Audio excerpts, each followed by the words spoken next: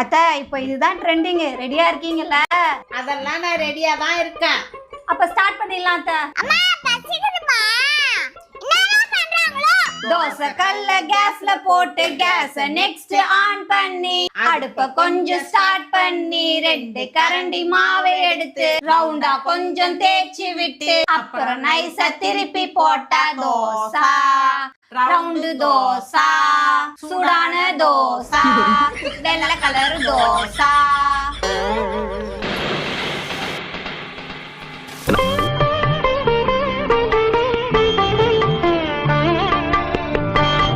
அம்மா தொட்டுக்கங்கம்மா.